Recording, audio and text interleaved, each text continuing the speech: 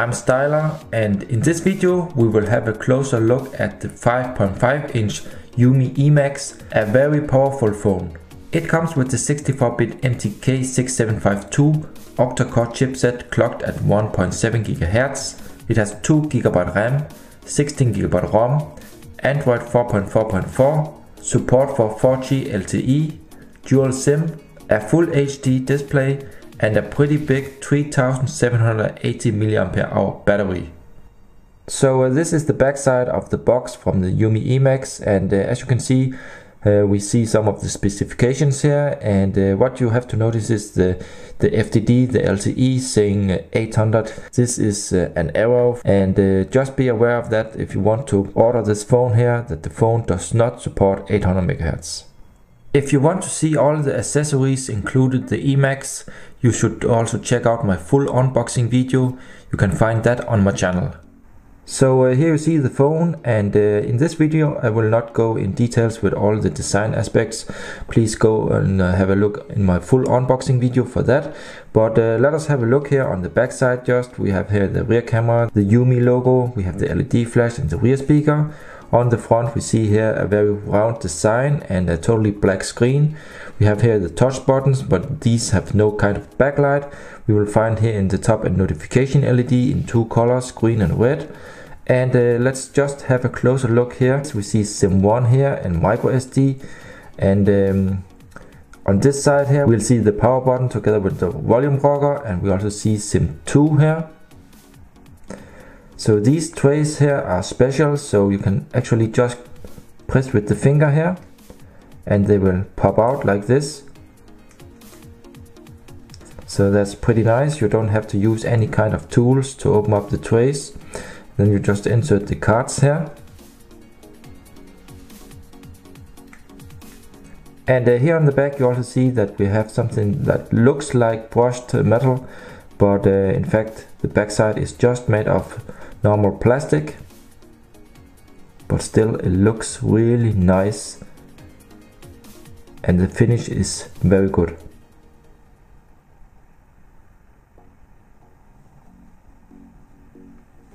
Okay, so let us have a look here at the phone, and here is the stock lock screen. So here you can just unlock.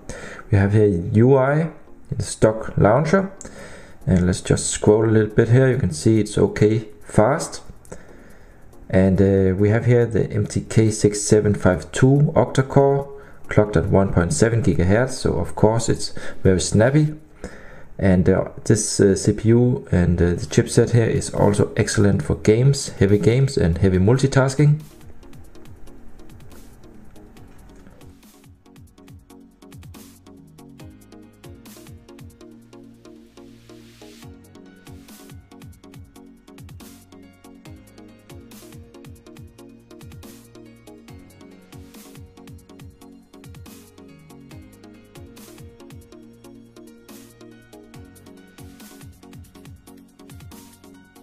And the phone also supports double tap to wake, like this, and also off-screen gestures, for example V, to go to the messages. Okay, and let us have a quick look here. So the phone comes with the KitKat. Let's see here, we have here the SIM management, we have support for hot nod. Let's see in display, we have here clear motion and mirror vision. We can have a look inside, for example, the storage. So here we will see we have one big partition here, so this is not split in two. We have here support for micro SD cards and USB on the go. Let's see here in apps. Let's check the RAM consumption. 669 MB is used, and we have 1.2 GB free still. Totally the phone has 2 GB of RAM, so this should be enough. Let's have a look inside the language and input. So the phone is multi-language and will support most languages here. But let me just scroll through these. You can just pause the video if you want. And let's see here in About Phone. So here we can see the build number. We see the Android version, KitKat, model number. And it also supports the OTA, wireless update.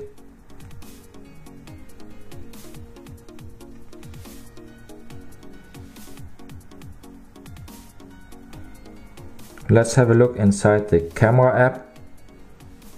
So we see it here, and it supports the picture-in-picture. So you can use the front and the rear camera at the same time.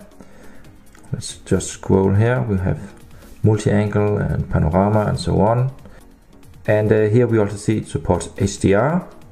So here is for the front-facing camera and the LED flash.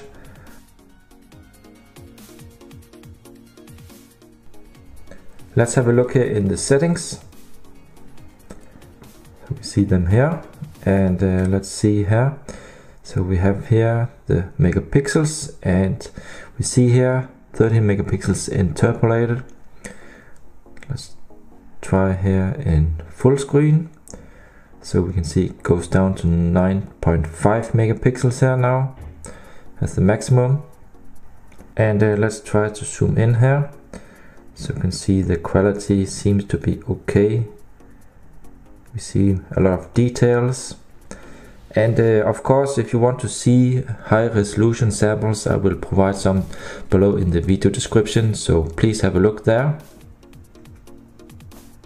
Overall, I think the camera is average. It's not the best I have seen, but also not the worst.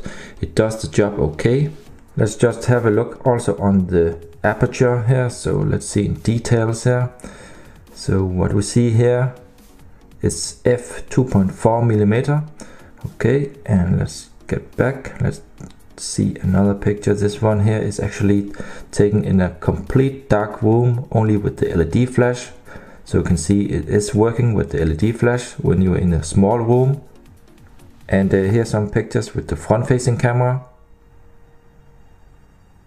And here we have a normal picture. Let's zoom in here so you can see very good details.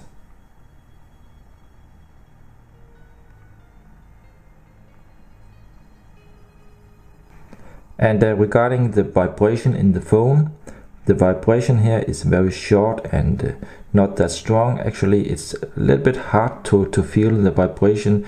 It only vibrates a little bit here when you hold it, so this could definitely be better. So overall, I actually think that this is a pretty nice phone. The design is maybe not everyone's taste, but it looks actually good. It's pretty thin, and the phone is pretty light because it's just made of plastic. The screen is very good and sharp. The UI is fast and smooth, so there are not many bad things to say about it. Maybe the camera could be a little bit better, the sound could also be better, but all in all, it does the job good. And for 150 euro, you can't really expect much more than this. So you can also use here the UMI eMAX as a power bank.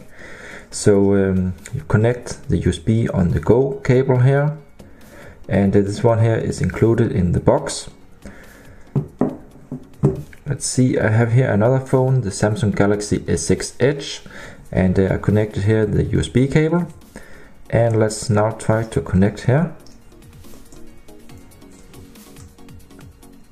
And see, we see the phone here wakes, and let's see here, yeah, we can see it's beginning to charge the phone. So the Galaxy S6 here is being charged with the power from the UMI eMAX here. That's really nice.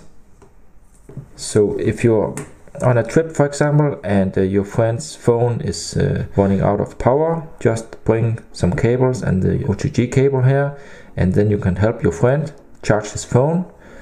And that's a really nice feature to have. Let me try to turn off the phone here. So now we can see it doesn't charge anymore. So I guess the phone has to be turned on to charge. Let's try again here.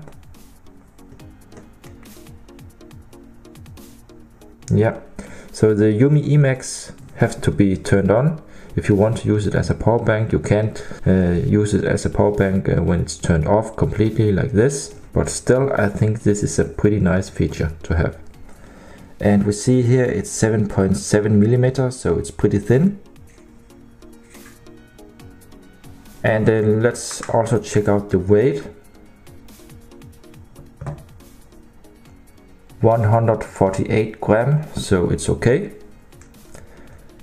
Let us also test out the OTG USB on the go.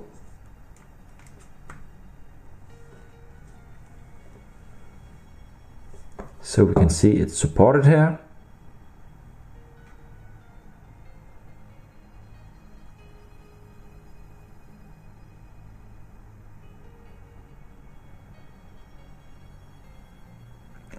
Let's check out some pictures. Good. And let's also try out some music. So you can hear the rear speaker.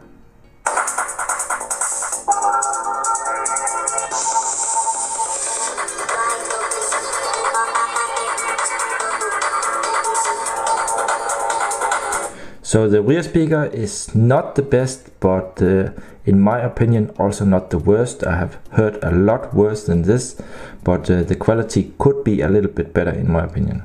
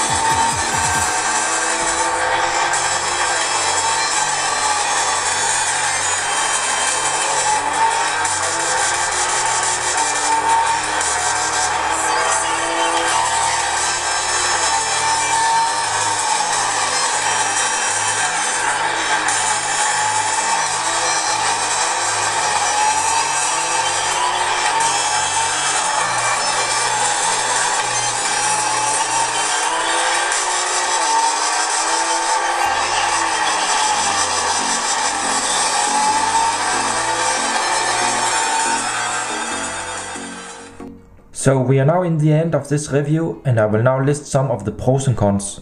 So first to the pros. It has a unibody design and is actually pretty thin, and has some very nice SIM slots. It also features a notification LED, something not all phones today have. The display is nice and in full HD, and it is definitely IPS. The battery life is very good on the eMAX, and you can get about 2 days with normal usage. And also it has very good GPS performance, and the signals are okay strong. And last, the phone is also perfect for heavy games and delivers really good performance. So to the cons are that out of the box it comes with some Chinese apps like Clean Master and a Chinese super user. So the Clean Master app you can just uninstall because it's not really needed, and the Chinese super user app you should just replace with the normal Super SU from the Play Store, and actually it's pretty easy done. The eMAX is also missing LTE band 20, even though it is promised on the box and on many web shops, so just be aware of that if you want to get the phone. The rear LED flash is only average, not too bright, but also not the worst I have seen. The touch buttons are unfortunately without any kind of backlight, and yeah, you can live without it, but it would still have been nice to have light in these. Also, the design of the phone is maybe not everyone's taste, because it is so big and very round, and everything is just made of plastic, no real metal. And finally, the rear speaker is nothing special, as on many China phones the sound is very noisy and metallic. Well guys, that's it for the video. Remember also to check out my blog. You find the link in the video description. If you have any questions, please comment below, give a thumbs up and subscribe to my channel for more. Thanks for watching. See ya.